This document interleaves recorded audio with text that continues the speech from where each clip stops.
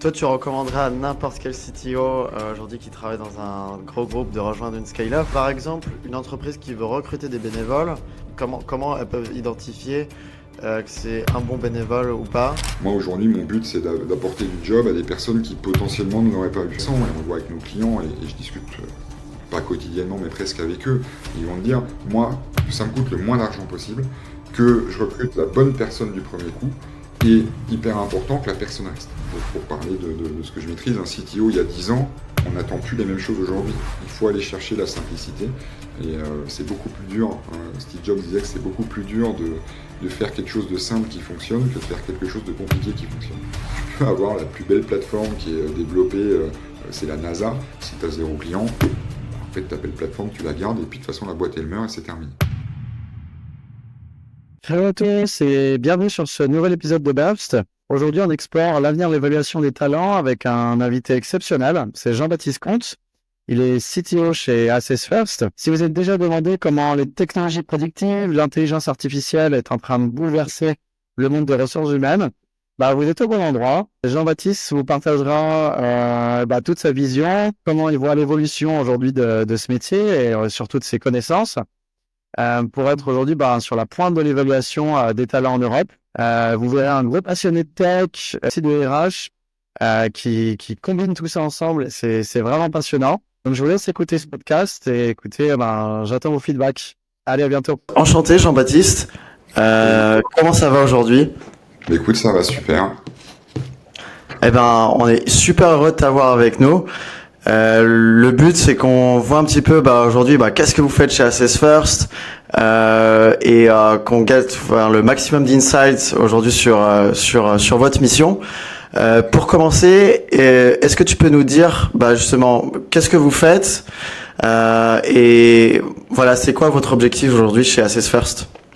Alors Assess First, c'est une société qui a été créée il y a 20 ans par 2 psychologues du travail qui en fait ont un peu disrupté, ce terme à la mode, mais qui ont un peu rebattu les cartes, on va dire, du recrutement en se disant voilà, aujourd'hui on est majoritairement recruté sur des CV, sur des espèces de jeux d'acteurs pendant les entretiens de recrutement. Et nous on va proposer des questionnaires qui vont analyser les personnalités, donc ce qu'on appelle les soft skills, pour en fait voir à travers un CV, voir à travers les personnes et en fait détruire toutes les erreurs de recrutement aujourd'hui qui coûtent très cher aux entreprises. Donc la boîte a été créée il y a une vingtaine d'années, un peu plus de 20 ans. Et elle s'est digitalisée en fait avec le temps. Et en fait, on propose aujourd'hui à nos clients un abonnement avec notamment 3 questionnaires qui permettent d'analyser la personnalité, les motivations et la logique globalement des candidats et des candidates. Et ensuite, on analyse bien entendu tous ces traits-là et on est capable en fait de faire une fiche très détaillée du profil des candidats et des candidates. Et en fait derrière, et après on a tout un tas d'outils qui nous permet de dire voilà, est-ce que Victor il est en capacité, en tout cas est-ce qu'il a tous les traits personnalité, les motivations et la logique pour être sales, pour être développeur, pour être peu importe le métier finalement. Et voilà, on utilise beaucoup l'IA et ensuite on va être capable de matcher ces profils avec ce qu'on appelle des modèles prédictifs, mais des traits communs de réussite sur un job pour dire si tu matches à X% et donner des conseils ensuite à nos clients donc qui sont majoritairement les entreprises et les recruteurs pour conduire un entretien basé sur cette analyse-là.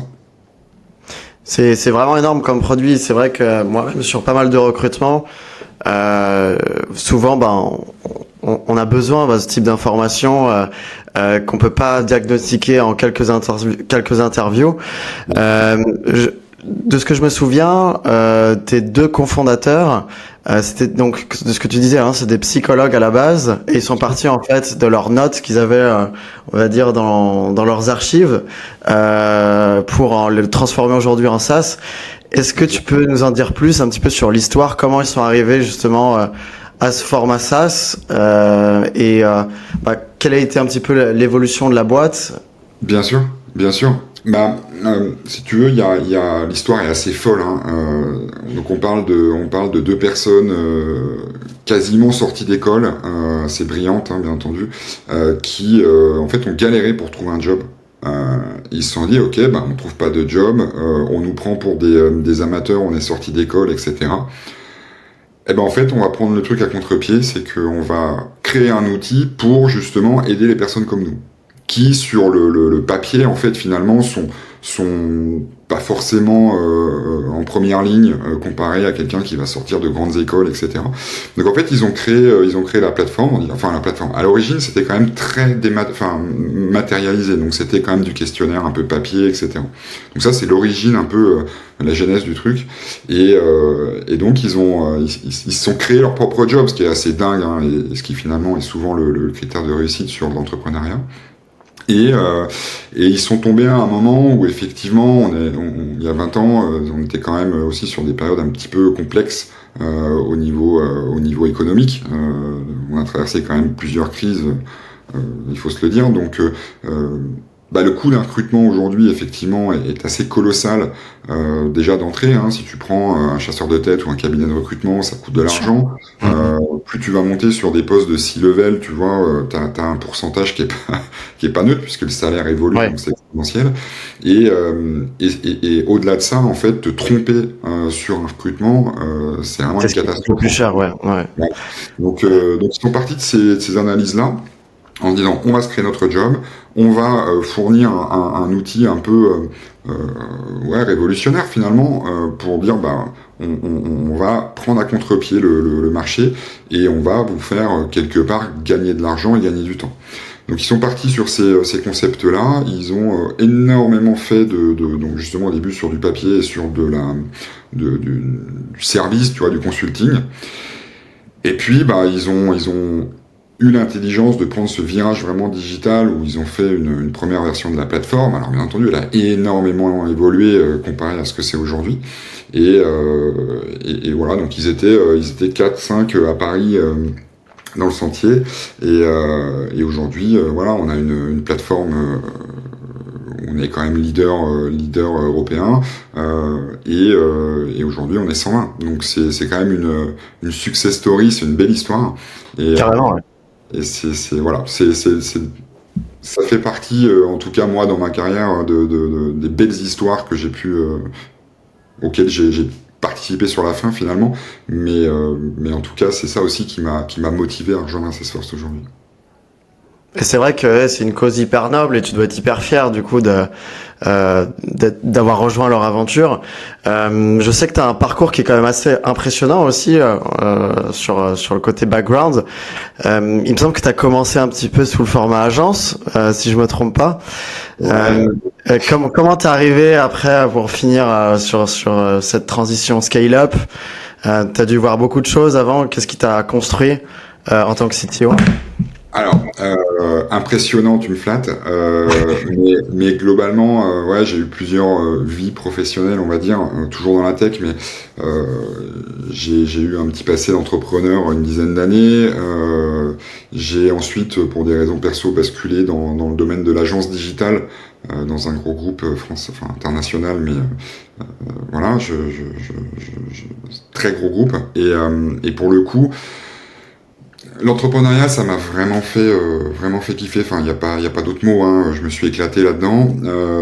La vie fait que j'ai rebasculé salarié auprès d'un grand groupe qui m'a appris énormément de choses, mais c'était de l'hyper-productivité, enfin et c'est très bien, hein, j'ai appris énormément de choses, mais quand même c'était quelque chose de assez dur à tenir sur le long terme avec une vie de famille, enfin une vie perso, etc. Et une quête de sens aussi finalement, où oui, on travaillait pour des super clients, des super projets, mais c'était du one shot et en fait on développait et on passait à un autre sujet, etc. Enfin l'agence quoi. Et j'ai eu la chance en fait de croiser le chemin d'Access First et de David, notre CEO, où moi j'étais en quête de sens finalement dans mon parcours professionnel, où voilà, j'avais coché les cases de l'entrepreneuriat c'était fait, la belle agence c'était fait, il me manquait ce côté voilà, qu'est-ce que moi je peux apporter, ça fait sourire souvent quand je dis ça, mais qu'est-ce que je peux apporter au monde autre que développer et sortir des projets pour des gros acteurs du CAC 40. Ouais. Donc la belle histoire, en fait, je me rappelle encore avec David l'entretien d'embauche où il me dit, bah voilà, moi aujourd'hui mon but c'est d'apporter du job à des personnes qui potentiellement ne l'auraient pas eu. Et en fait je me suis dit, et c'est un gros déclic, alors c'est très personnel, hein, mais c'est un gros déclic où je me suis dit, bah enfin je vais pouvoir, au-delà du côté business, bah potentiellement si je peux apporter ma petite pierre à l'édifice en disant, bah voilà, Victor il est en pleine reconversion. Il a envie de changer de métier, il a zéro expérience, par contre il a le potentiel. Et nous on apporte ça en fait. Et donc c'est surtout une quête de sens. J'étais hyper intéressé aussi par l'approche produit, que bien entendu j'avais moins en agence. Et tout ça additionné en fait avec la belle histoire et l'évolution de la boîte, il y avait de gros challenges techniques et pas que. Et je me suis dit voilà, c'est le train qu'il faut prendre. Et il s'avère que j'en suis 3 ans après hyper content aujourd'hui. Et aussi, bah, je pense que ce qui a dû aussi te faire énormément progresser, c'est d'être sur 100% en fait sur un produit. Il me semble que auparavant, justement, autre que tes expériences d'agence digitale, t'étais, il me semble aussi chez West France, si je me souviens bien. Toi, justement, qu'est-ce qui t'avait un petit peu, on va dire, ennuyé à cette époque-là? Qu'est-ce qui fait que justement on va dire, tu kiffes cette expérience scale-up par rapport à ça? Bah ouais, effectivement, bah tu fais bien de le mentionner. Donc je suis passé assez rapidement, on va dire, chez West France. Bah ça a été une bonne transition finalement parce que en fait j'ai toujours été attiré par cette notion produit business où bah voilà, j'avais coché, enfin j'ai quand même une expérience importante, on va dire, dans la tech, et je voulais ouvrir en fait un peu l'éventail de mon scope, et le produit, bah, est finalement un peu le deuxième bras en fait de la tech de manière générale. Donc je me suis dit ouais, c'est vraiment quelque chose qui m'intéresse. Bon voilà, j'ai à la maison aussi ma compagne qui est énormément impliquée dans ce domaine-là, donc c'est vrai que ça m'attirait quand même euh, très fortement. Et puis bah, j'ai eu justement après l'agence, après mon expérience agence, j'ai fait un court passage chez West France où bah, ça a été une bonne expérience, une bonne marge de transition où bah, voilà, j'ai pu rentrer en détail et dans de la direction technique et dans de la direction de produit, parce que j'avais un rôle un peu hybride de CTPO. Ouais. Et voilà. Après, alors c'était très bien. Par contre, je passais d'un gros groupe à un gros groupe.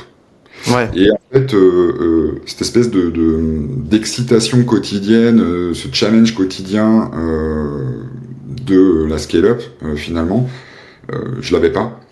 Et c'est pour ça qu'effectivement, quand j'ai eu l'opportunité de rejoindre Access First, je me suis dit, bah, en fait, j'ai bah, toutes les cases sont cochées. Il y a le produit, il y a la tech, il y a du challenge, il y a une belle histoire, et il y a énormément de choses à construire. Là où effectivement, dans les gros groupes, bah, t'arrives, il y a eu quand même déjà énormément de choses de faites. On parle de boîtes historiques, donc voilà. Il y a de l'inertie aussi. Hein. Moi, c'est quelque chose qui moi enfin chacun analysera ça comme il veut, mais moi l'inertie en fait ça me flingue. Et, Ouais. et c'est là où la scale-up, la start-up, la scale-up. Alors nous la boîte a 20 ans, donc on a passé le côté start-up depuis longtemps. Mais par contre, il y a très peu d'inertie. On a un management et une hiérarchie qui est plutôt horizontale en fait, et donc ben, tout va très vite. Une décision peut venir d'un dev, d'un sales op, etc. Et en fait, il y a pas de mauvaises idées. Donc voilà, on va très vite, on pivote très vite, et c'est ça qui est assez génial et que je n'avais pas malheureusement dans les gros groupes. Donc c'est pour ça que voilà, j'ai transité sur un format qui aujourd'hui il y a de l'excitation, il y a du challenge, et on a une capacité de très très vite réagir sur des changements de tech, sur des idées, sur de l'évolution produit, sur plein de choses. Et en fait, chaque jour, en fait, ça fait un peu phrase toute faite, mais chaque jour est un jour nouveau, si tu veux. Donc, Ouais. ça, c'est hyper excitant d'un point de vue professionnel. Ouais, t'as beaucoup plus de flexibilité et de pouvoir de décision au final qui peuvent être appliqués directement. Donc ça, c'est sûr, ça doit être un énorme plaisir. Et toi, tu recommanderais à n'importe quel CTO aujourd'hui qui travaille dans un gros groupe de rejoindre une scale-up ou tu le verrais comment? C'est très personnel, c'est très personnel. Ça dépend en fait de qu'est-ce qu'on veut. Les grands groupes, c'est hyper formateur. Il y a le confort du grand groupe, il y a alors c'est marrant parce que en fait, nous, sans faire de pub, mais dans nos questionnaires, on analyse aussi ces points-là, de se dire, est-ce que tu recherches de la stabilité ou pas? Est-ce que tu es sensible au changement ou pas? Est-ce que tu vas au-delà des tâches prescrites ou pas? Et c'est vrai que le grand groupe, avec le millefeuille hiérarchique, etc., ne pousse pas forcément, je vais me faire taper dessus pour s'ils m'entendent, mais ne pousse pas en fait à se dépasser au quotidien. En tout cas, c'est pas une culture native. Et t'as tes validations du N+1, N+2, N+X, et ce qui du coup apporte, en tout cas moi, m'apportait beaucoup de contraintes. Et je supporte pas de bosser sous la contrainte, donc en fait, pour un profil qui est plutôt ce qu'on appelle les intrapreneurs, tu vois, quelqu'un qui veut rester dans le domaine du salarié, enfin du salariat, et qui, mais par contre, a des traits d'entrepreneuriat, qui a envie de se déchirer pour sa boîte. De mon point de vue, en tout cas, et ça vaut ce que ça vaut, mais je conseillerais justement la start-up, la scale-up. Quelqu'un qui a besoin de stabilité parce qu'à un moment donné de sa vie, il a besoin aussi d'être dans un cadre et de pas trop avoir à en sortir. Effectivement, moi je conseillerais plus le grand groupe qui a ses avantages aussi, tu vois. C'est voilà, tu fais ton boulot au quotidien, tu fais ton truc, tu rentres chez toi. Il y a peut-être un peu moins de pression sur le résultat. Après, voilà, ça dépend de quelle boîte. Pression différente. Mais, pression différente, ouais. Ouais, pression différente. Là où sur le format scale-up, enfin startup scale-up, tu dois prouver au quotidien que tu es là et que tu dois rester en vie en fait finalement, d'un point de vue business j'entends. Et là où effectivement, donc ça c'est un challenge quotidien, une pression qui va être plutôt business, je dirais. Là où effectivement dans les grands groupes, on est plutôt sur une pression managériale du fait de ce millefeuille. Et ça, faut l'accepter aussi. Donc, sur des profils d'indépendance de personnes qui sont capables de s'autogérer, parce que ça aussi, c'est important, et avec des profils plutôt d'entrepreneuriat, start-up, scale-up, et des gens qui ont besoin de cadre, plutôt gros groupe. Voilà, je les classifie comme ça. C'est ma vision. Après, je pense qu'il y a pas mal de personnes qui seront pas d'accord avec moi, mais de mon expérience, en tout cas, moi, je conseille ça. Et moi, je suis plutôt quelqu'un qui a cette fibre entrepreneuriale et qui a du mal à rester dans le cadre. Donc, c'est pour ça que j'ai basculé dans ce domaine-là. Et encore une fois, il y a des bons points partout. Faut savoir juste trouver le bon format. Je suis carrément d'accord. Et sur l'évaluation des talents, comment tu vois, justement, on parle d'identification. Si par exemple un CTO est fait pourrait plus aller dans un grand groupe ou dans une scale-up. Vous aujourd'hui, comment vous traitez ça aujourd'hui avec votre système chez Assess First? Et comment tu vois justement comment les technologies elles peuvent prédire une personne si elle doit faire plutôt un travail qu'un autre. Même par exemple, on peut imaginer, je sais pas, même dans l'éducation nationale, même pour un jeune, ça peut être hyper intéressant d'avoir une technologie prédictive qui lui dit, écoute, tu seras plus doué là-dedans. Je sais que par exemple, ma femme, c'est quelque chose qui se pose assez régulièrement. Comment tu vois l'évolution de ce domaine? Alors, on est pour moi l'âge de pierre, en fait, de ça, pour plein de raisons. Effectivement, il y a quelque chose d'assez empirique sur le recrutement où, tu sais, la fameuse envoie-moi ton CV, ta lettre de motivation, ton extrait de casier judiciaire et la liste des transactions sur ton compte en banque sur 10 ans. Non, blague à part, en fait, on reste quand même, et notamment dans les grands groupes, c'est une question générationnelle aussi, sur des méthodes un peu empiriques. Et là où aujourd'hui, enfin, tu en parles dans tes podcasts et c'est un peu la raison d'être de nous tous aujourd'hui. C'est voilà, on est dans l'ère de l'IA, on est dans l'ère de l'automatisation, de la recherche de la valeur ajoutée parfaite et ben en fait on l'applique dans, je vais pas faire de pub pour eux, mais Tesla l'applique dans la conduite autonome.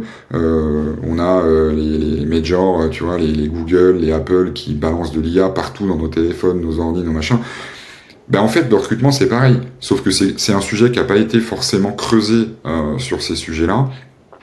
On reste dans des trucs très old school et en fait justement c'est que en apportant nous on saupoudre ce domaine avec nos technos très basés machine learning, très basés intelligence artificielle. Mais en fait, on rebat les cartes. J'en parlais tout à l'heure. C'est le terme disrupté, tu vois. On arrive, en fait, on met un coup de pied dans la fourmilière, et c'est là où les fondateurs ont été hyper brillants à ce moment-là. Ils remettent tout en question. Et ce qui est assez intéressant, c'est que on a générationnellement parlant, on a les DRH. Là, on est en train de basculer. Les DRH d'antan. Aujourd'hui, ils sont remplacés petit à petit par des personnes qui sont plutôt dans la génération actuelle. Donc toutes les notions de réseaux sociaux, toutes les notions d'IA, etc., ils commencent à être en plein dedans. Et ça, c'est hyper intéressant parce que on bascule d'un truc très old school, très old school, à justement la recherche de qu'est-ce qu'on peut faire autrement sur le recrutement. Et si tu veux, aujourd'hui, les points, ils sont hyper intéressants, et on le voit avec nos clients, et je discute pas quotidiennement, mais presque avec eux. Ils vont te dire, moi, je veux qu'un recrutement me coûte le moins cher possible. Je veux, par contre, qu'il soit le plus efficient en même temps, et voilà, le moins cher possible.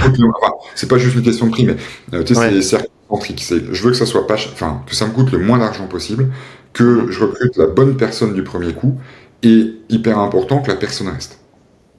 Et en fait, c'est vraiment ces trois cercles concentriques. Alors il y a d'autres critères bien sûr, mais nous on est en plein milieu en fait, parce que on va proposer une expérience candidat un peu ludique. Nos questionnaires, on a beaucoup bossé là-dessus pour pas les rendre un peu painful, tu vois, où c'est très bien, mais les questionnaires quand tu veux faire une reconversion, les trucs, tu coches des cases, c'est hyper relou. Et nous, on a travaillé justement sur l'expérience candidat pour que ça soit ludique. Et globalement, voilà, donc on propose une expérience candidat un peu disruptive. On propose au RH une analyse hyper poussée des profils. Encore une fois, sur les soft skills, nous les compétences techniques pour l'instant on n'adresse pas le sujet. Et derrière, en fait, on est capable de dire, comme je disais tout à l'heure, Victor, il va matcher à 80% sur un profil de sales ou de head of product. Et globalement, c'est là on travaille sur l'efficacité. Donc sur l'expérience candidat, on est différenciant. Donc globalement sur le recrutement, on va être efficace. Sur le fait de pas se tromper, on va être efficace aussi. Et globalement, derrière, on a des outils dans notre suite de produits où on va pouvoir travailler sur ce qu'on appelle le talent management, donc voir si la personne elle est compatible aussi déjà avec tes membres de tes équipes qui ont eux-mêmes passé les tests. On peut avoir des matchs d'affinité. Ok. Voilà. Et tu peux nous dire un peu comment ça marche, justement, si on veut trouver la bonne personne avec qui passer sa vie, c'est quand même intéressant de savoir quelles questions faudrait poser et comment on peut prédire, on va dire, un résultat qui est plus ou moins bon. Alors, c'est vous dire exactement comment ça marche, je pourrais pas le faire parce que c'est un peu le business c'est le cœur du business. Mais non, en réalité, en fait, on a. Je veux dire dans les grandes lignes. Dans les grandes lignes, ouais, bien sûr. Dans les grandes lignes, là où on est aussi un peu différenciant de nos concurrents, c'est qu'on a une équipe scientifique qui sont des gens assez brillants et avec pareil, une carrière assez impressionnante, qui en fait travaille au quotidien sur de l'analyse de data. Ils font des publications scientifiques. On est la seule boîte d'analyse prédictive aujourd'hui qui font des publications scientifiques dans le domaine de la psychologie. Une carrière assez impressionnante, qui en fait travaille au quotidien sur de l'analyse de data. Ils font des publications scientifiques. On est la seule boîte d'analyse prédictive aujourd'hui qui font des publications scientifiques dans le domaine de la psychologie cognitive. Et ça, si tu veux, voilà, on a on a Émeric chez nous notamment et Simon qui sont des tronches, comme je dis souvent, lunaires, parce que voilà, ils sont reconnus scientifiquement. Donc en fait, il y a beaucoup de recherches sur la psychologie cognitive et liées au domaine des RH. Et en fait, à partir de ces recherches et des publications qu'ils font, en fait, ils vont construire des algorithmes. On a une équipe de data engineers aussi qui travaille avec Simon et Émeric, qui vont créer les algorithmes en fait d'affinité, de matching d'affinité. Et c'est en constante évolution, puisqu'en fait aujourd'hui on récupère à peu près entre 5 et 600 000 candidats par an. Donc en fait, c'est le principe du machine learning. En fait, tout s'auto-alimente. On doit recalibrer ce qu'on appelle nos modèles quasiment tous les trimestres, parce que en fait c'est pareil. Un CTO, pour parler de ce que je maîtrise, un CTO il y a 10 ans, on n'attend plus les mêmes choses aujourd'hui. Ouais. Donc en fait, on recalibre constamment les modèles pour justement être dans l'efficacité et proposer une expérience cohérente, et pas juste un questionnaire, tu sais, les fameux questionnaires que on fait au bord de la plage pendant les vacances là. Es-tu un bon CTO, tu vois? Nous, on va au-delà de ça. Tu vois, il y a vraiment des vraies prises en compte scientifiques, des vraies analyses derrière, et avec une efficacité qui du coup est reconnue. Mais on est très proche finalement de l'affinité sur du site de rencontre. Voilà. Est issu d'une longue lignée qui à l'origine a été fait pour ce fameux site de rencontre. On a travaillé pour te donner un exemple. Tu parlais d'école tout à l'heure. Aujourd'hui, effectivement, on va proposer à des clients divers et variés. Ça peut aller de la TPE jusqu'à aujourd'hui des entreprises du CAC 40. Notre panel de clients est assez large. Et aujourd'hui, on travaille beaucoup avec les écoles. Je pense notamment à une qu'on affectionne particulièrement, qui est la Rocket School, qui est une école un peu disruptive sur sur tout ce qui est sales en plus, il me semble, business development, ouais. Voilà, c'est beaucoup sur du SDR, BDR, donc tout ce qui va être vraiment acquisition de leads. Et eux, en fait, aujourd'hui, utilisent notre techno, on est câblé à eux, utilisent notre techno pour recruter, former et ensuite balancer les apprenants dans les entreprises. On a dernièrement, pour un événement sportif majeur, on a développé le système de recrutement des bénévoles. Voilà. Et du coup, par exemple, une entreprise qui veut recruter des bénévoles, quel type de métriques elle va mettre en place sur les recherches, comment elles peuvent identifier que c'est un bon bénévole ou pas, qu'est-ce qui rentre dans votre système pour comprendre les soft skills qu'elles ont besoin? Alors, prenons l'exemple de ce fameux événement sportif. Il y avait beaucoup de bénévoles qui étaient recherchés et beaucoup de bénévoles, de postes entre guillemets différents. On avait des personnes pour la sécurité, on avait des personnes pour l'accueil des sportifs, on avait des personnes pour la logistique, etc. Et en fait aujourd'hui nous on analyse 20 traits de personnalité et sur ces 20 traits de personnalité on va aller va au-delà des tâches prescrites, comme je disais tout à l'heure, a de l'empathie, est-ce que il est sensible au changement ou pas. Donc en fait nous on accompagne quand même nos clients et on a quand même un rôle de conseil. On n'est pas juste une plateforme SaaS où alors c'est clé en main, mais on propose des modèles préfabriqués basés sur nos recherches justement pour plus de 3000 métiers. Donc on couvre la quasi-totalité des métiers du monde. Mais par contre, nos clients peuvent, s'ils le souhaitent, créer leur propre modèle en disant aujourd'hui vous êtes bien gentil avec votre profil de sales. Moi aujourd'hui, vous dites qu'un sales il a pas besoin d'être empathique. Moi je veux que des sales empathiques. Bon après donc globalement ils sont capables de faire à partir de nos modèles de base créer leur propre modèle. On a un service, le service de science, qui aussi propose des services d'accompagnement en disant ok, voilà nos modèles de base. Vous voulez aller plus loin, on travaille avec vous, donc il y a des principes d'audit, de questionnaire, etc. On travaille avec vous pour dessiner les modèles sur vos jobs qui matche parfaitement avec ce que vous cherchez. C'est pas de la magie, hein. Je veux dire, à un moment donné, on accompagne nos clients là-dessus. Après, on a aussi un autre outil qui est assez intéressant, c'est qu'on se dit, voilà, prenons l'exemple d'une agence X ou Y digitale. Notre client nous dit, bah voilà, on veut travailler avec vous, on veut recruter des gens qui matchent parfaitement avec notre culture. Et nous, on est certain aujourd'hui, pour une équipe tech, admettons, on a nos devs, on sait que les devs qu'on a aujourd'hui, ils matchent parfaitement avec ce qu'on recherche. Donc on veut des clones. En fait, on a un outil dans la suite qui permet de dire, faites passer les questionnaires à tous vos devs. Ouais. Et on fait passer ça dans nos algos et on sort le modèle qui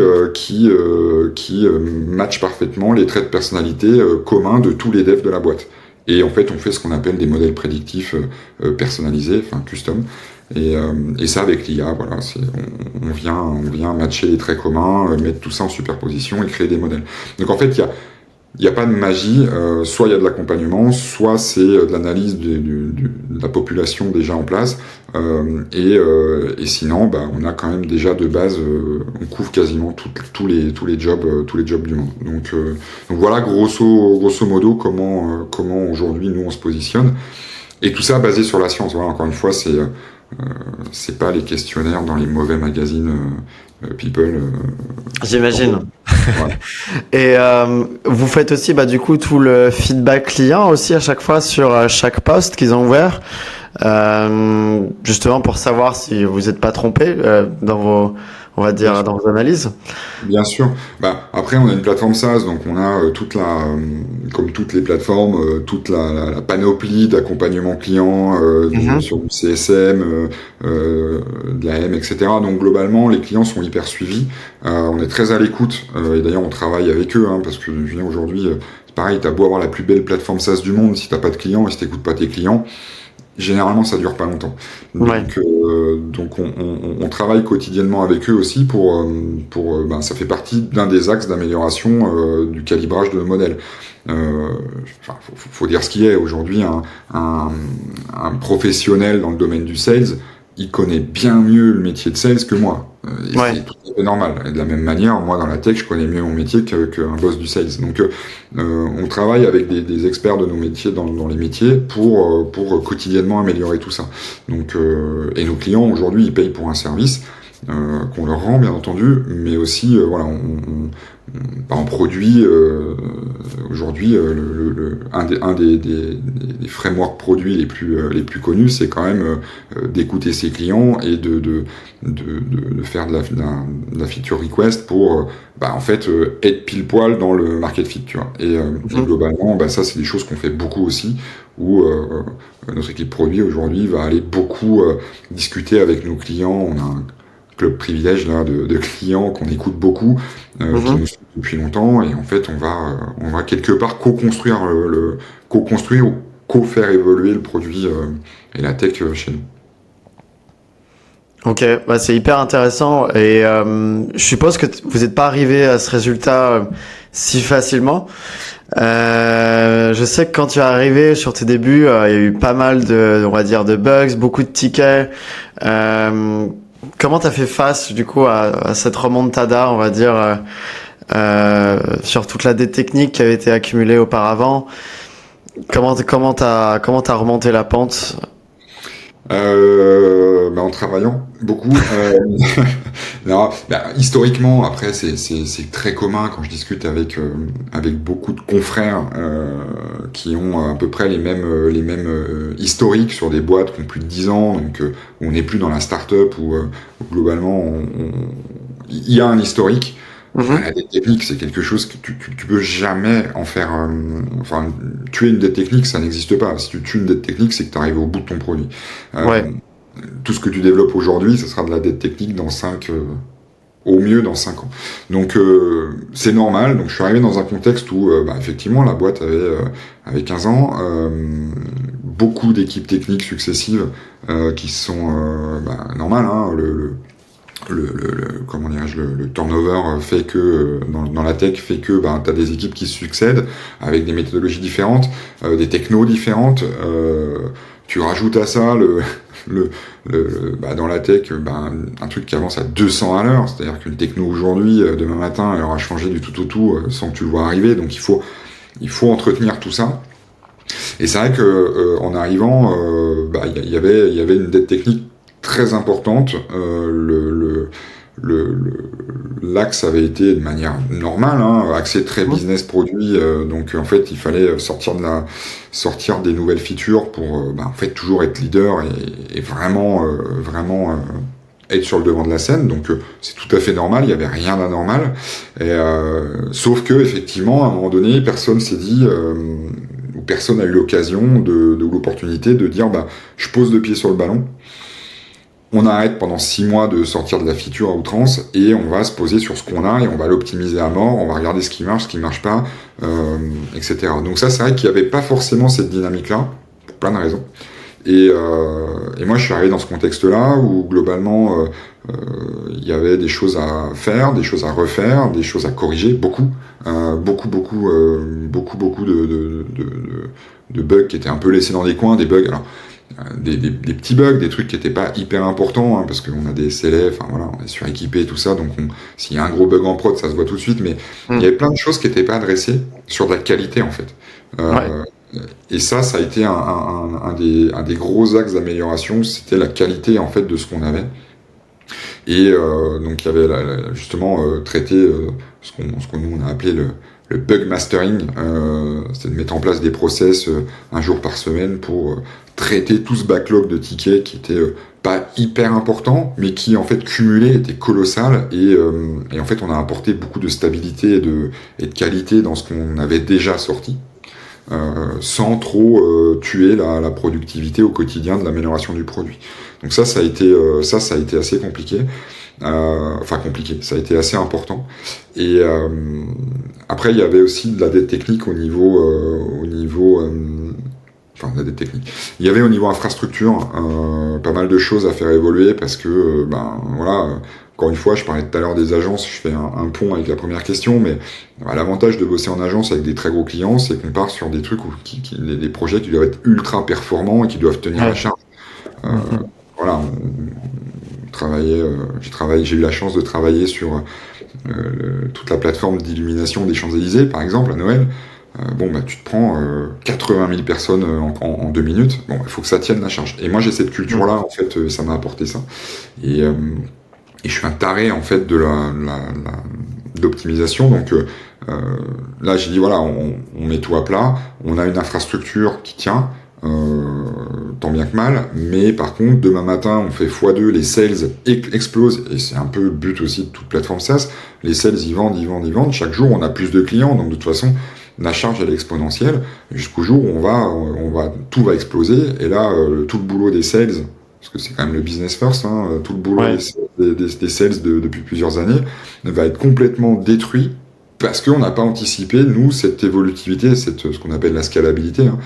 Donc pareil, il y a eu un gros travail qui a été mené pour basculer d'une infrastructure un petit peu old school vers quelque chose d'un peu plus élastique et scalable, dirons-nous.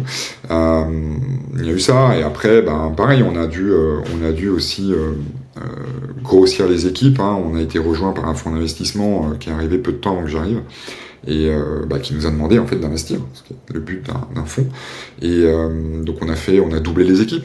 Donc il y a eu la problématique aussi de conduite du changement, c'est-à-dire on avait des équipes en place assez anciennes, des qui arrivent avec une expérience dans plein d'autres boîtes. Il a fallu aussi conduire tout ça de manière importante. On a structuré aussi l'équipe produit qui a doublé. Il a fallu faire travailler ensemble tous ces gens-là, mettre en place un peu des process, ne plus arrêter de travailler comme des cow-boys. Enfin, voilà, il y a eu énormément de challenges que connaît chaque boîte aujourd'hui qui croit. C'est très classique finalement, il n'y a rien eu de dingue. Et ensuite de mettre en place une culture d'innovation, une culture justement de sécurité hyper importante aujourd'hui avec ce qu'on connaît. On a dû mettre en place plein de choses. J'étais pas tout seul, on a une équipe assez importante et soudée pour relancer la machine en fait. Et 2 ans après, en fait, c'est vrai que là, on y est bien arrivé et, notre montagne de bugs a fondu comme neige au soleil. Euh, et il y a une culture de l'innovation, de la simplification, des conditions de travail aussi, des, des équipes. On est arrivé aujourd'hui, on avait quand même des mecs brillants, mes prédécesseurs brillants, qui étaient des très gros techniciens, très très gros techniciens, mais qui en fait ont poussé tellement le vice dans la tête qu'ils ont complexifié tout. Ouais. Tu vois, moi je parle souvent de 2 personnes qui apparemment sont pas trop bêtes, c'est Einstein et Steve Jobs. Il y en a un qui a inventé la théorie de la relativité, l'autre l'iPhone, donc je pense que c'est pas trop déconnant de dire qu'ils sont brillants. Et globalement, ces mecs-là ont dit que il faut aller chercher la simplicité. Et c'est beaucoup plus dur. Steve Jobs disait que c'est beaucoup plus dur de faire quelque chose de simple qui fonctionne que de faire quelque chose de compliqué qui fonctionne. Et de là est né l'iPhone. Moi, je suis arrivé dans un contexte où, en fait, quand un nouveau dev arrivait, il y avait 3 jours pour installer un environnement local. Donc, ça veut dire que, en fait, on payait un mec ou une nana 3 jours dans le vide, il n'était pas productif. Et ensuite, il devait apprendre comment toute l'architecture fonctionnait. C'était hyper complexe. Et ben, ça, c'est un sujet. Moi, je suis arrivé, j'ai dit, ok, on arrête tout. L'infra de développement local pour un dev, c'est beaucoup trop complexe, on va simplifier, etc. Bon, ben là, il faut convaincre les gens qui sont là depuis plusieurs années, qui sont habitués à ça, de dire, ben, c'est pas parce qu'on fait plus simple qu'on dégrade, tu vois, et convaincre aussi mes copains de la direction de dire, ben voilà, on va prendre du temps un petit peu pour simplifier, mais c'est de l'investissement.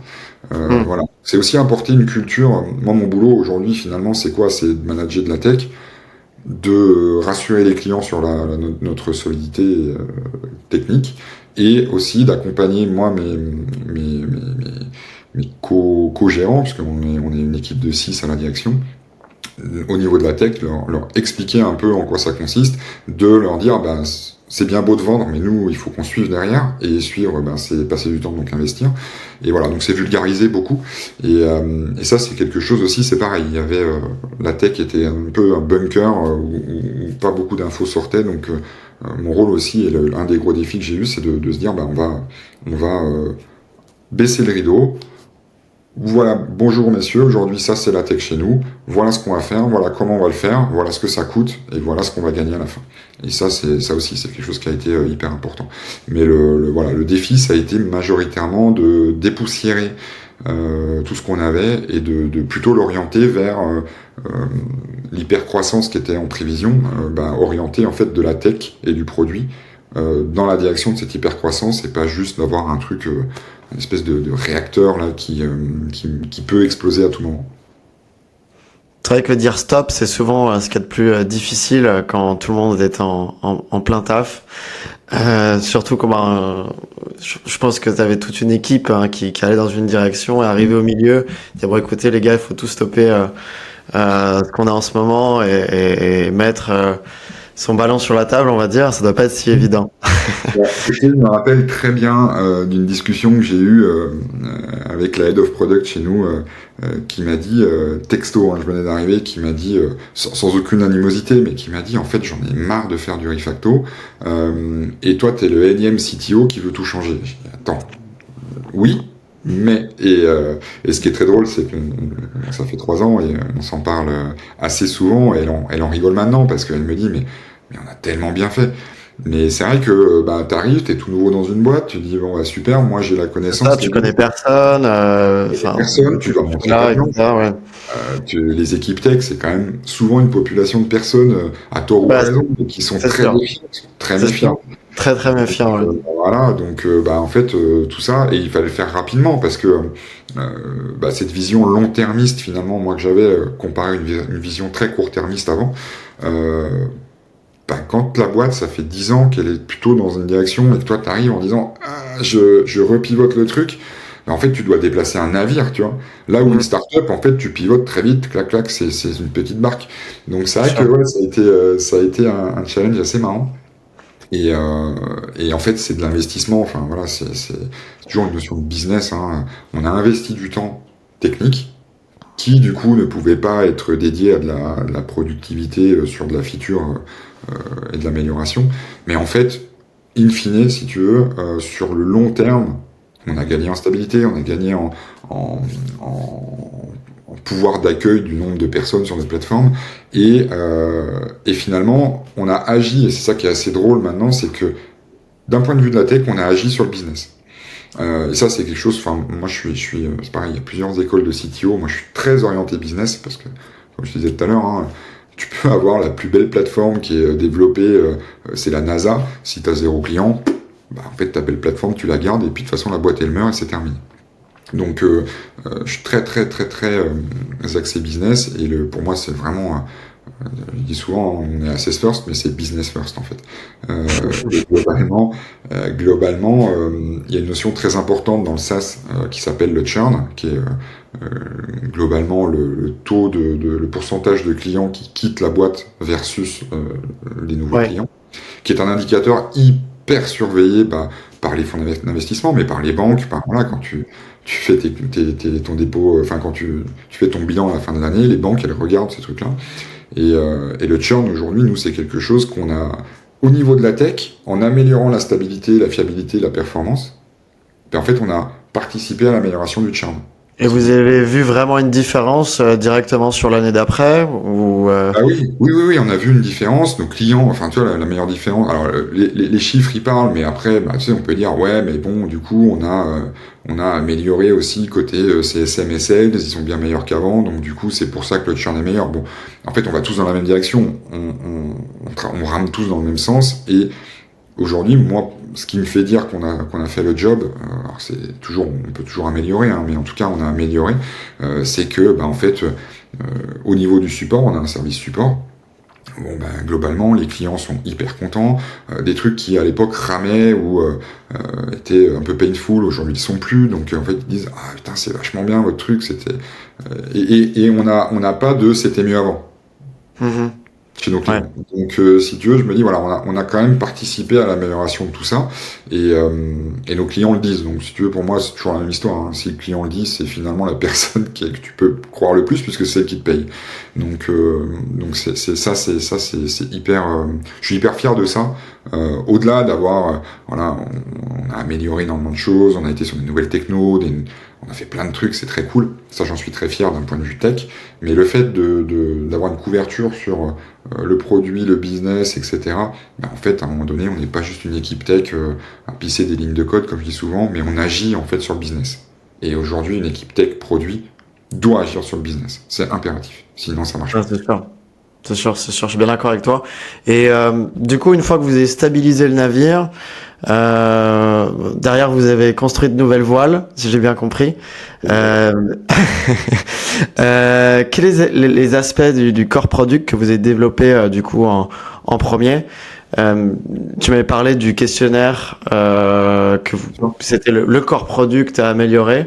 Ouais. Comment vous êtes pris pour répondre aux attentes des nouveaux utilisateurs et aussi peut-être voilà sur ce qui se fait par rapport à potentiellement votre concurrence. Comment vous êtes attaqué sur ces nouvelles fonctionnalités? Alors, c'est un vaste sujet. Je sais pas si t'as On reprend une heure. on va faire un deuxième épisode.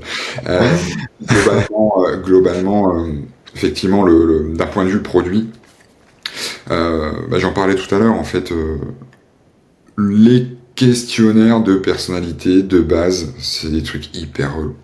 Enfin, Ouais. je sais pas si t'as déjà eu l'occasion de... Ouais, c'est sûr, ouais, que ça soit pour des jobs ou comme tu disais, par exemple sur des. Alors, j'ai jamais eu le cas vraiment à Pôle Emploi, mais je vois très bien de quoi tu parles. Généralement, justement, on les évite en fait ces questionnaires-là. Exactement.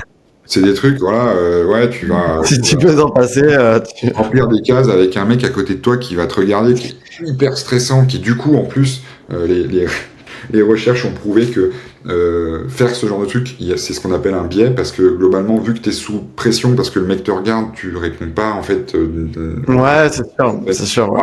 C'est des trucs, voilà. Et globalement, nous, le but, en fait, il y avait les deux buts principaux. J'en parlais tout à l'heure, tu sais, avec mes cercles concentriques, là. C'est, l'expérience candidat. C'est-à-dire qu'aujourd'hui, le recrutement, on est sur un domaine un peu, soit des domaines pénuriques, tu vois, dans la tech, par exemple, où en fait, t'as 5 offres pour une personne. Donc, si tu veux, en fait, aujourd'hui, un dev, il va pouvoir dire, je choisis le meilleur, etc. Donc, en fait, on est beaucoup, sur le domaine du service, majoritairement, on est plutôt, c'est plutôt complexe de recruter quelqu'un, de trouver quelqu'un, de le recruter, de le garder. Donc, nous, le maître mot, c'est de dire, voilà, pour le candidat, on simplifie tout, on rend le truc le plus simple possible, le plus sympa possible, partant d'un truc de base qui est hyper chiant. Donc globalement, on a travaillé, tu parlais du questionnaire, on a amélioré nos questionnaires, et notamment celui qui traite des traits de personnalité, qui s'appelle Swipe. On est parti en se disant, voilà, comment on fait pour rendre un truc où tu dois choisir A ou B, un truc sympa. Et là, ça passe par plein de choses, la discovery produit, les questionnaires candidats, on a audité pas mal de candidats aussi, et en fait, et puis les usages, on a un pôle UX qui est très très bon aussi, en regardant quels sont les usages aujourd'hui, et sans limite, en fait. Et finalement, on s'est dit, Tinder, ça marche bien, leur truc, c'est assez simple, tu switches très vite, tu fais ça entre 2 stations de métro, c'est cool. Et en fait, notre questionnaire aujourd'hui, on est passé d'un questionnaire où tu cliquais sur A ou B à une sorte de Tinder. C'est t'es plutôt introverti ou stressé. Et en fait, tu swipes à gauche et à droite, pardon pour la Ouais, du coup, ça vient plus naturellement, sans trop ressentir que t'es dans un truc pro ou. Exactement. Et le tout quand même, et c'est vrai que ça a été un des défis, alors pour le coup qu'on n'avait pas vu arriver, c'est qu'on a rendu tellement le truc ludique que nos clients se demandaient si c'était toujours aussi précis et pertinent d'un point de vue scientifique. Et ça, on l'avait pas vu arriver. Non mais tu vois, on l'avait pas vu arriver, et finalement, alors Le double tranchant. voilà. Donc, mais alors après, on a toutes les justifications nécessaires derrière, donc globalement, on a rassuré nos clients.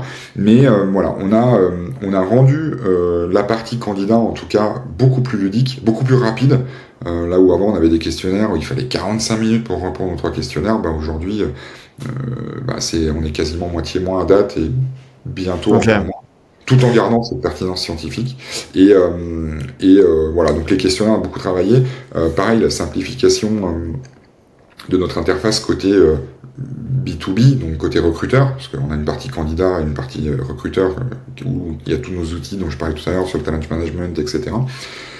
Et l'analyse de profil. Et ça aussi, en fait, on a dépoussiéré en disant, voilà, on a rajouté plein de features partout dans cette fameuse course folle à l'ajout de nouvelles fonctionnalités. Là, on a fait un gros travail aussi en termes d'expérience utilisateur B2B, finalement les gens qui nous payent, pour améliorer tout ça. Donc voilà, ça c'est ce qu'on appelle le legacy. En fait, on l'a vraiment tarté pour rendre l'interface beaucoup plus simple, beaucoup plus claire, beaucoup plus actuelle aussi. Et ça, voilà, on voit aussi en termes de contentement client, parce qu'on le mesure beaucoup avec un NPS. En fait, on voit que les gens reviennent plus, utilisent plus longtemps notre app, et sont beaucoup plus contents. Donc finalement, c'est majoritairement ça sur lequel on a travaillé. Ouais, principalement sur la gamification, faire que le questionnaire soit cool. Ouais. Et après, c'était quoi sur les autres points, une fois que ça a été traité? C'est quoi vos plus gros axes? C'était de tourner plus vers la prédiction, je suppose, avec en plus, entre-temps, il y a l'IA qui est arrivée, etc. Je suppose que vos invests derrière, ils ont dû pousser ce point-là. Bien sûr. Pour paraître toujours plus, on va dire, AI friendly. Comment vous vous êtes adressé par rapport à ce sujet-là? Alors, nous, l'IA, aujourd'hui, c'est dans notre ADN, puisque, en fait, fatalement, notre algorithme est quelque part de l'IA depuis plusieurs années. Donc, alors, on n'a pas la prétention d'être OpenAI, tu vois, mais globalement, on a un ADN de machine learning et d'intelligence artificielle depuis de nombreuses années. Donc ça, c'est une culture qu'on a native.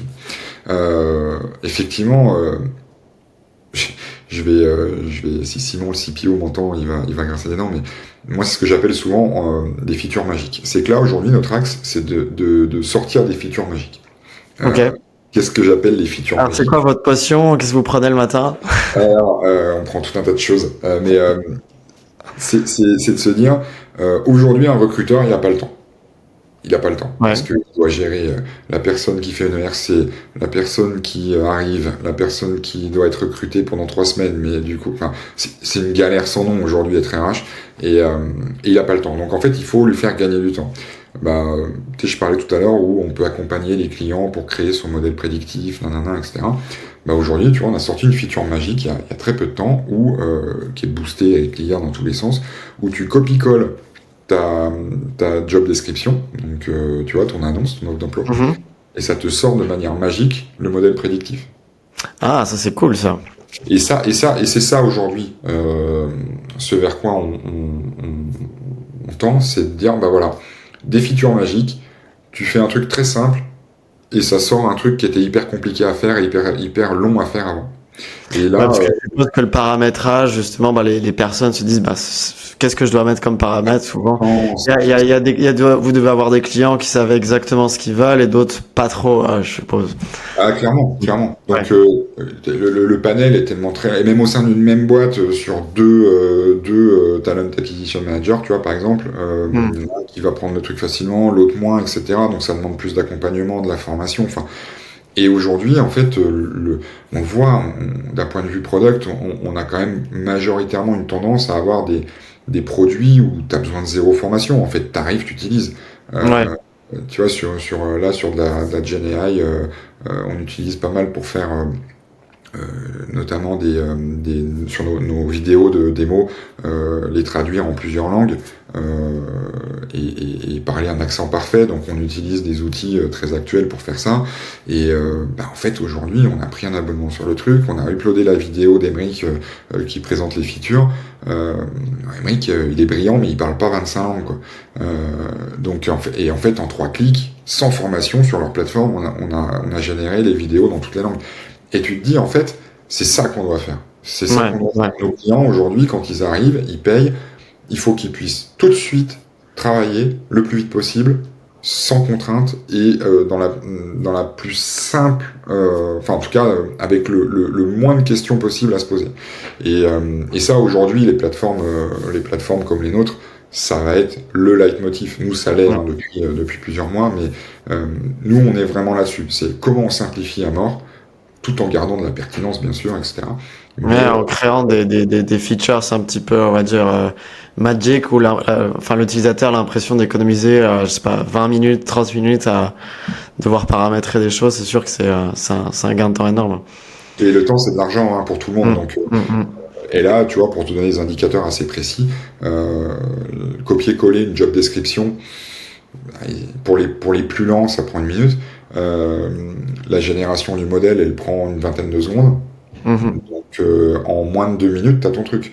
Là où avant, globalement, on était sur quand même une bonne demi-heure, voire 1 heure, pour dire, attends, est-ce que je suis bien sûr que le mec, il doit être, le candidat ou la candidate, il doit être empathique ou pas, nanana. Et alors que là, c'est feature magique. Donc on a, tu vois, alors derrière, laisse tomber, hein, l'usine à gaz derrière, l'infrastructure, c'est monstrueux, mais en fait, on a rendu un truc très complexe, très simple, avec un résultat aussi précis.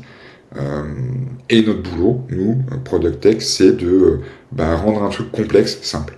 Voilà. Aujourd'hui, c'est, encore une fois, hein, Steve Jobs, hein, less is simple. Hein. Voilà. Sauf que aujourd'hui, ton smartphone, à l'intérieur, c'est des usines à gaz de technologie et de machin. Sauf qu'en fait, tu dis OK Google ou dis Siri et ça fait tout pour toi, quoi. C'est sûr, c'est sûr. C'est un énorme impact aussi en général sur beaucoup de SaaS maintenant, ce que tu dis sur les Magic Buttons. Au final, on est dans l'anti, plein de boutons de partout, plein de paramétrages, mais justement un retour des fonctionnalités de base. Et ça, c'est vraiment un nouveau trend en ce moment que je vois sur beaucoup de plateformes. Euh, Et si tu prends pas ce virage-là, tu sais, c'est souvent, alors, je parle beaucoup en images, on parlait de bateau tout à l'heure, mais je vais parler de voiture, tu vois. Pour moi, la vie d'une plateforme, la vie d'une boîte, c'est comme une course automobile, tu vois. hmm. avec des voitures électriques, bien entendu, on fait attention à la planète, mais globalement, si tu loupes un virage, tu vas dans le mur.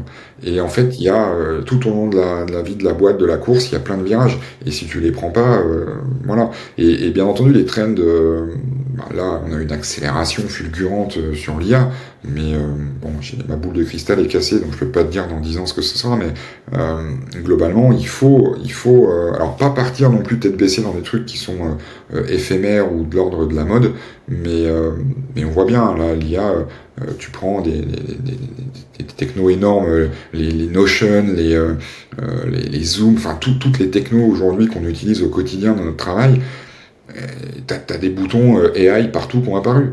Ouais, c'est sûr. Mais au final aussi, d'un point de vue UX, on est toujours vers plus de simplicité et enlever les fonctionnalités qui servent à rien, pour, on va dire, être toujours et surtout se focaliser sur un métier. Zoom, il fait que la vidéo, Notion va faire que de l'édition de documents organisés, on va dire, avec de l'automation. Enfin, que ça soit un Meet, ça va juste faire de la vidéo aussi. Enfin, tu vois. Par exemple, le logiciel qu'on utilise pour les podcasts, c'est pareil, c'est très simple. T'appuies sur le rec, derrière ça te corrige un petit peu ta voix. Et pareil, cette boîte aujourd'hui sont en série C, et une fonctionnalité très simple. T'as besoin d'enregistrer un podcast, tu l'allumes, t'enregistres, ça te sort ton audio, ta vidéo. Merci, au revoir. Et ça, ouais, c'est parce que c'est vrai que je pense qu'avant on avait beaucoup de sociétés qui étaient, on va dire, chaque fois pluralistes, à faire énormément de spécialités différentes, avoir des mastodontes, voilà, qui touchent à 100 métiers différents, qui vont faire du custom un petit peu pour chaque client. Là, on voit beaucoup sur des épisodes de ce podcast. À chaque fois aussi, on tombe sur des sociétés qui ont 30 ans, 40 ans d'existence et qui ont beaucoup de clients différents en fait. Je sais pas, on va dire 1000 clients différents et qui doivent passer au format SaaS. Et pour eux, le plus gros problème, c'est comment repasser à de la simplicité en fait. Bien sûr. Et comment enlever tout ce qui a été presque produit pour revenir au plus simple. Et c'est vrai que c'est des choix qui sont, je pense, vraiment pas évidents pour beaucoup. C'est clairement pas simple. Clairement pas simple. Mais encore une fois, je dis souvent, on hype partout, on est nulle part. Effectivement, se recentrer à un moment donné, et c'est cette capacité, on s'en parlait au tout début de l'épisode, c'est de se dire, être capable de pouvoir pivoter très rapidement. Ça, c'est hyper important parce que aujourd'hui, à une époque, la mode était effectivement de se dire, on bourrine sur les features, de toute façon, on va couvrir plus on a de features, plus on va s'y retrouver, voilà. Plus les gens vont être contents. Voilà. Et là, aujourd'hui, effectivement, on revient au strict minimum, mais hyper efficace, hyper pointu, hyper optimisé. Et peut-être que demain, on reviendra, j'en sais rien, à autre chose. Mais et ça, il faut être capable tout de suite de pivoter, en fait. Ouais. Là, plus ta boîte, plus t'es nombreux, plus il y a cette fameuse inertie dont on se parlait au départ. Ça, c'est un frein, en fait, au changement. Ça, c'est important. Clairement. Et si on revient sur notre image de bateau, donc là le bateau est stabilisé, avec des super nouvelles voiles. Du coup, il faut plein de marins pour faire avancer le chemin. Comment vous avez géré du coup cette augmentation d'effectifs? De ce que tu m'as dit aussi, vous êtes passé au remote. Combien de développeurs vous avez recruté? Combien de nouveaux sales sur les 3-4 dernières années depuis que tu es arrivé? Comment vous avez géré cette forte croissance? Alors, là aussi, vaste sujet. Donc on est passé, moi je suis arrivé il y a 3 ans, on est passé de 60 à 120 en un an. Donc on a doublé les effectifs, tout effectif confondu, donc on a doublé. Donc encore une fois, levier, fonds d'investissement, etc. Donc comment tu le gères? Alors, chose très importante, tu l'as dit, on est une boîte 100% remote. On travaille tous de chez nous. Donc ça, depuis la genèse de l'entreprise, ou ça arrivait en fait après le Covid? Post-Covid. Okay. Post-Covid, David, notre CEO, moi j'étais pas encore là, mais David, notre CEO, post-confinement, a dit à tout le monde, vous êtes tous rentrés à droite à gauche dans vos familles, etc. Moi aussi, ça marche bien. Est-ce que vous kiffez? Tout le monde a dit oui. Donc il a dit ok, très bien. Et ben alors je fais l'histoire rapide, je pense que ça a été beaucoup plus compliqué que ça, et j'étais pas là à l'époque, mais il a dit ok, ben on rend les locaux parisiens et D'accord, vous avez carrément rendu les locaux. Ok, zéro locaux. zéro locaux. Ah là aujourd'hui vous avez juste une boîte postale ou comment ça? On a une Vous avez une chambre dans le dans le 12e. on a une boîte postale, effectivement, Ok. qui redirige les courriers à l'équipe administrative qui est à Paris pour le coup, elle, mais qui travaille aussi en remote. Et globalement, après, c'est un gros changement parce que globalement, comment tu gardes ta culture d'entreprise, comment tu gardes les gens motivés, comment tu t'assures qu'ils sont motivés, etc. Alors là, il y a plein de choses qui se sont mises en place et c'est assez génial et ça marche. Voilà, on a des budgets pour bosser en cowork, Mhm. on a des séminaires de dingue pour se voir et travailler ensemble. Voilà, et après, on l'a tous connu, la visio, etc. Comment tu travailles ensemble. On a quand même beaucoup travaillé là-dessus. Enfin, ils ont, parce que j'étais pas là à l'époque, mais ils ont énormément travaillé là-dessus. Et ça marche du tonnerre. Et donc, si tu veux, on a doublé les effectifs dans un contexte remote. Parce qu'on aime le challenge, autant pousser le truc à fond. Et en vrai, ça s'est plutôt bien passé. Alors déjà, on dit souvent les cordonniers sont les plus mal chaussés. Alors nous, on essaie de contrecarrer cette phrase toute faite. On utilise notre propre techno pour recruter les gens. Ouais, ça. Ouais. Heureusement, j'allais Ouais, dire. ouais, mais c'est pas partout vrai. Hein. En vrai, on recrute des gens qui ont la culture qui matchent avec la culture de la boîte, qui matchent avec bien entendu les profils qu'on cherche. Et ça, c'est un gros avantage. C'est-à-dire que déjà, on se trompe pas dans le recrutement. On sait que ça va marcher. Donc, il y a de fortes probabilités que ça va marcher. Donc ça nous a permis aussi d'aller très vite. Beaucoup d'accompagnement, beaucoup de formation. Le fait aussi, j'en parlais tout à l'heure, de simplifier aussi l'onboarding collaborateur. Ouais, aujourd'hui, vous avez combien d'étapes justement sur le recrutement? Ça, je sais que c'est quelque chose qui est important pour pas mal de boîtes. Comment définir son bon process? Ouais, bien sûr. Du coup, vous avez, je suppose, votre formulaire. Euh, est-ce qu'il arrive au début, à la fin? Comment vous gérez ça? Vous faites déjà un premier entretien en visio, après vous envoyez votre test. Comment vous faites ça? En fait, on se positionne en aiguillage. C'est que aujourd'hui, alors, bien entendu, on fait passer nos tests pendant le recrutement. Le test, il est première étape. Parce que, en fait, ça sert à rien d'engager du temps. Je parlais tout à l'heure, les RH, ils n'ont pas le temps et ils sont toujours débordés. Donc, le premier entretien avant notre test, diront que c'est utile, peut-être, mais en fait, tu ne connais pas la personne que tu as en face de toi. Ouais. De toutes les manières, si tu te trompes le premier entretien, le temps que tu as passé, il est perdu. Donc c'est pour ça que nous, le test, on le met en amont. C'est vraiment la barrière d'entrée. Ok.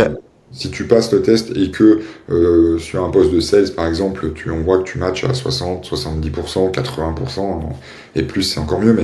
Mais là, globalement, en fait, on a déjà fait une présélection. Donc c'est-à-dire que tu sacralises un peu le temps de ton équipe RH, où globalement, il n'y aura pas entre guillemets perdu de temps à rencontrer des candidats ou des candidates qui sont vraiment à côté de la plaque. Et ça, vous le faites aussi pour les développeurs, parce que je sais que par exemple les développeurs c'est un peu plus difficile à les avoir en entretien. Ou à chasser par exemple, je sais pas, un tech lead par exemple, si tu lui mets direct un test, est-ce qu'il va aimer ça ou pas? Est-ce que vous avez déjà eu des cas là-dessus, des retours? Non, pas forcément. Alors on a une responsable RH magique qui réussit en fait finalement à faire accrocher les gens. Donc il y a aussi ça. Donc en fait ça n'enlève pas le sourcing. Elle fait du sourcing pour trouver des profils quand on a besoin de nouvelles personnes, de remplacement, mais elle fait son sourcing et après dans la belle histoire qu'elle raconte, et moi elle m'a eu comme ça. C'est comme ça qu'elle m'a eu moi, pour le coup. Et en fait, elle m'a raconté la belle histoire. J'ai passé les tests immédiatement. Et en fait, les tests passés, on voit donc ce potentiel de réussite.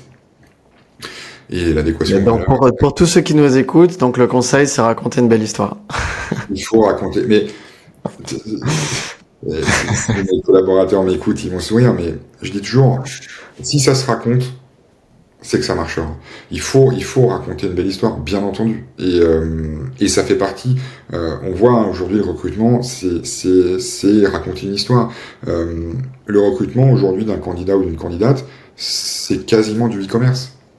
Parce que en fait, tu l'as dit très bien tout à l'heure, c'est très dur de choper des bons profils ou de choper des profils tout court des fois sur des Ouais. postes pénuriques. Et globalement, bah, si t'es pas sexy, si t'es pas capable de montrer patte blanche en disant viens chez moi, c'est génial. J'ai toujours cette image des 12 travaux d'Astérix avec le mec le mage dans sa pyramide qui se transforme en sanglier en faisant de l'hypnose. Mais globalement, c'est ça, tu vois, faut être capable d'hypnotiser tes candidats pour ensuite les choper. Et le e-commerce, c'est ça. Quand tu vas acheter sur un site ou un autre, ben, en fait, tu vas aller là où, alors, effectivement, peut-être le prix est le moins cher, mais surtout là où le truc te donne envie. Et c'est la même chose. Donc, globalement, c'est pour ça qu'il y a la com-RH existe. C'est comme ça que, pour pas les citer, Welcome to the Jungle a explosé. C'est que les mecs, ils ont apporté un truc en plus sur de la com-RH. Ouais, c'est sûr. Ça apporte un vrai branding à une boîte et une envie de travailler en fait, tout simplement Ouais, bien sûr. dans un ça, état d'esprit, dans un spirit. Donc raconter la belle histoire, bien entendu. Bien entendu. Et je sais que vous aussi, ce que tu m'avais raconté, une histoire plus trop drôle sur votre aujourd'hui, il me semble, c'est votre head of sales. Alors, c'est pas notre Vous avez... une de nos meilleures sales, ouais. Ok. Voilà que vous avez vraiment une confiance aveugle en votre plateforme et que vous savez qu'elle ne se trompe jamais. Est-ce que tu peux nous en dire plus là-dessus? Bah oui, c'est Mélina, une de nos brillantes sales, une de nos meilleures sales. Mélina, elle était danseuse dans un cabaret il y a quelques années.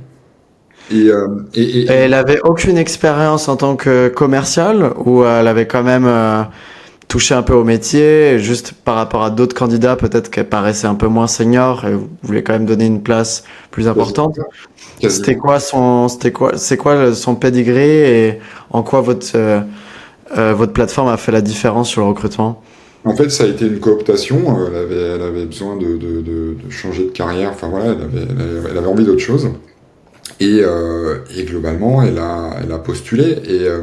Et bah, la belle histoire hein, qui se raconte, c'est de se dire, bah en fait, Mélina aujourd'hui, si elle avait été dans une boîte autre que la nôtre, elle n'aurait jamais été recrutée. Parce que quand tu as, je dis une bêtise, 10 profils de commerciaux qui ont une expérience diverse et variée dans plein de boîtes, et une super nana mais qui était danseuse dans un cabaret, tu te dis, oh, attends, c'est bon. Enfin, Ouais. sur le CV, je donne ma main à couper que son CV était parti immédiatement à la poubelle.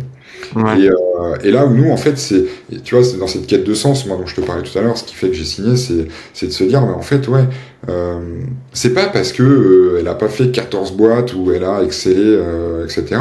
En fait, ben, cette nana, elle pourrait déchirer. Et il s'avère que elle déchire. Alors qu'en vrai, elle partait pas gagnante quelque part, tu vois.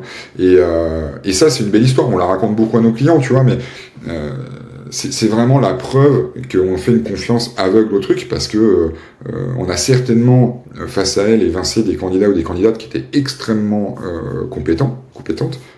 Je dis pas, mais là, il y avait un truc à faire parce que dans notre algorithme de matching, elle pétait les scores et il s'avère que ça marche, quoi.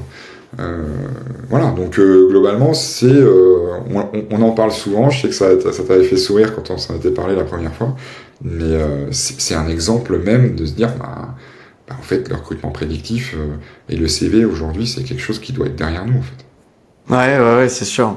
En tout cas, ça donne vraiment envie qu'on oublie à chaque CV, quand juste on passe des tests chez vous.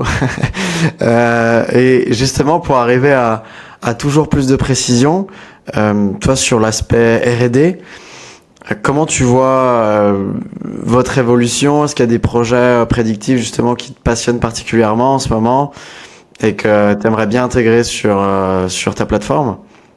Bah Ouais, il y a beaucoup. Alors, il y a 1200 sujets, et encore une fois, on a une équipe science ils sont fous furieux, donc on manque pas d'idées, et je pense qu'on pourrait faire une roadmap sur 10 ans. Mais bah oui, c'est l'innovation. L'innovation, alors c'est un bien grand mot, mais aujourd'hui, il y a deux sujets principaux, hein. Un, c'est quand même les technos qui avancent à 250 à l'heure, donc il faut constamment suivre et puis s'améliorer. Donc ça, c'est un des premiers sujets d'Inno R&D chez nous. On a des temps dédiés en fait pour qui du coup mettent un peu le pied sur le ballon aussi pour ce qu'on appelle des Tech Week, où en fait nos équipes tech et produits ont du temps dédié pour aller chercher des nouvelles technos et upgrader les technos actuels, voir si la techno qu'on utilise aujourd'hui, peut-être que demain il y en a une autre qui sera meilleure, etc. Donc ça c'est hyper important, et c'est aussi un climat de hyper sexy pour une population tech dans une boîte. Alors bien sûr, il faut continuer à produire, mais on a ces temps-là dédiés. Et ensuite, c'est surtout ces fameuses features magiques Boostalia, tu vois, c'est quelque chose aujourd'hui qu'on pousse à outrance je peux pas trop en parler parce que c'est pas sorti encore, mais globalement, nous aujourd'hui on est sur des compétences, des soft skills. On veut un peu travailler sur de la compétence plutôt technique, et sans passer par des questionnaires hyper relous et custom pour chaque métier. Là, on est en train d'entraîner des modèles pour pouvoir automatiser tout ça et sortir une nouvelle feature magique à partir d'une job desk ou là pour le coup d'un CV, puisque les compétences techniques, tu peux pas les tester autre que sur des questionnaires très techniques ou sur des CV. Et là, on se positionne plus sur du facilitateur, et sur en 3 clics, et tu pousses un fichier en 3 clics ou en copier-coller, tu as immédiatement l'analyse du profil. Donc c'est surtout sur ces mécaniques de machine learning, d'analyse de data et de features magiques qu'on se dirige en innovation. Ok, très clair. Mais vous, aujourd'hui, en tant qu'entreprise, vous êtes principalement en France. Aujourd'hui, est-ce que vous ciblez aussi d'autres pays? Est-ce que vous commencez à penser aux US? Alors, on est une boîte française internationale. Donc on a des clients partout dans le monde, hein, aujourd'hui, globalement, même aux US. Alors c'est vrai que David, mon CEO, serait bien meilleur que moi pour en parler, mais c'est vrai que percer aux US, c'est compliqué. Pour une boîte française, c'est compliqué, je peux dire. Beaucoup ont essayé, peu ont réussi. Je pense notamment à 2 boîtes que j'ai côtoyées dans mon expérience pro, hein, qui sont Algolia, petit moteur de recherche qui est aujourd'hui numéro 1 mondial, et Plateforme SH, qui, pareil, en termes de plateforme cloud hosting, etc., sont très très très très bons. C'est des boîtes françaises. Les mecs ont voulu percer aux US. En fait, si t'écoutes les podcasts de ces mecs-là, en fait, on s'est installé aux US. Point. Ouais. Et à chaque fois, c'est plus souvent, je vois que c'est à New York que les gars vont pour, C'est la capitale business. Cupertino, New York. Cupertino, New York, ouais. Voilà, c'est pas compliqué. Les US aujourd'hui, on les adresse pas encore complètement parce que on a déjà des clients là-bas sur l'Amérique du Nord, mais c'est vrai que c'est difficile de percer, donc là il y a un vrai sujet US qui va être une priorité. Par contre, c'est vrai qu'en Europe, on est présent partout. L'avantage du remote, c'est aussi qu'on a des gens partout en Europe. On a des sales en Espagne qui sont salariés français, hein, tu vois, mais qui vivent en Espagne. Okay. En Allemagne, etc. Au UK, on a une branche UK qui pour le coup est assez performante. Donc c'est vrai qu'on couvre de manière européenne. Ouais, c'est plus facile, hein. Voilà. Forcément, c'est 1 heure d'avion, la mentalité est assez similaire. Exactement. Et encore que les UK, tu vois, c'est une mentalité autre. Donc on a des gens sur place, pour le coup, là, qui travaillent. et qui entretiennent d'un point de vue market, d'un point de vue sales, événements, etc. Parce que c'est vrai que c'est pas tout à fait la même culture, hein. Les marchés sont pas tout à fait les mêmes, mais on a des personnes un peu partout en Europe, ce qui nous permet d'être quand même assez présents et leader aujourd'hui en Europe, hein, malgré le fait qu'on soit une petite boîte de Frenchie. Mais voilà. Après, on est assez présent aussi sur le marché de l'Amérique du Sud. Ouais. On a des distributeurs là-bas, enfin des partenaires avec qui on travaille beaucoup. Et les US, là, c'est notre prochaine grosse cible, effectivement. Et un point qui est hyper important, c'est que aujourd'hui, on est une des étapes dans le process de recrutement. Ce qui est, et en fait, les équipes RH aujourd'hui ont ce qu'on appelle des SIRH, donc des suites de logiciels Ouais. énormes, ou des ATS, des outils de gestion de recrutement ou de candidats ou de talents. Et en fait, nous, on s'interface avec eux. Et c'est là où, finalement, on a une grosse... Ouais, vous allez distribuer beaucoup plus facilement. Je suppose votre solution. Ok, ouais, ça semble logique. C'est qu'on a des connecteurs, on a une équipe dédiée dans notre product tech team qui s'occupe de ça. Et globalement, en fait, on crée des connecteurs où sur tel ou tel logiciel de recrutement qu'on appelle ATS, en fait, Assess First est activable en 3 clics. Et ça nous permet aussi, hein, faut le dire, d'avoir de la crédibilité parce qu'en fait, on commence à vraiment être extrêmement reconnus dans le paysage de ces logiciels-là. Donc ils sont quelque part promoteurs aussi de notre solution. Et c'est un gage de sérieux quand aujourd'hui, les ATS, je sais pas, il y a les plus gros, ça va être des Smart Recruiters, ça va être des Workday, il y en a énormément. Globalement, quand t'es reconnu sur leur marketplace, c'est bête à dire, mais en fait, t'es solide, quoi. Donc on a cette stratégie là, on commence à avoir vraiment un beau quadrillage de connecteurs avec des systèmes d'information beaucoup plus complexes chez nos clients. Ok. C'est super inspirant en tout cas. J'espère que je pense que le podcast touche à sa fin. Je pense qu'on a atteint le time, on va dire, limite. En tout cas, c'était vraiment passionnant comme sujet. Ça me donne envie personnellement aussi de tester Assess First pour nos candidats et aussi d'en parler à un maximum de sociétés qui sont autour de nous. Je sais pas si, par exemple, tu voudrais peut-être remercier certaines personnes avant de clore ce podcast. Merci à toi déjà pour commencer, hyper inspirant cette discussion qu'on a pu avoir en amont et même l'épisode d'aujourd'hui. Après voilà, les remerciements, moi c'est toute mon équipe au complet. Enfin vraiment, j'ai eu la chance de rencontrer des gens assez fabuleux. C'était pas qu'une belle histoire en fait, c'était une vraie belle histoire. Et ça pour ça, merci à tout le monde chez nous. Merci encore à toi et on souhaite une bonne journée à tout le monde.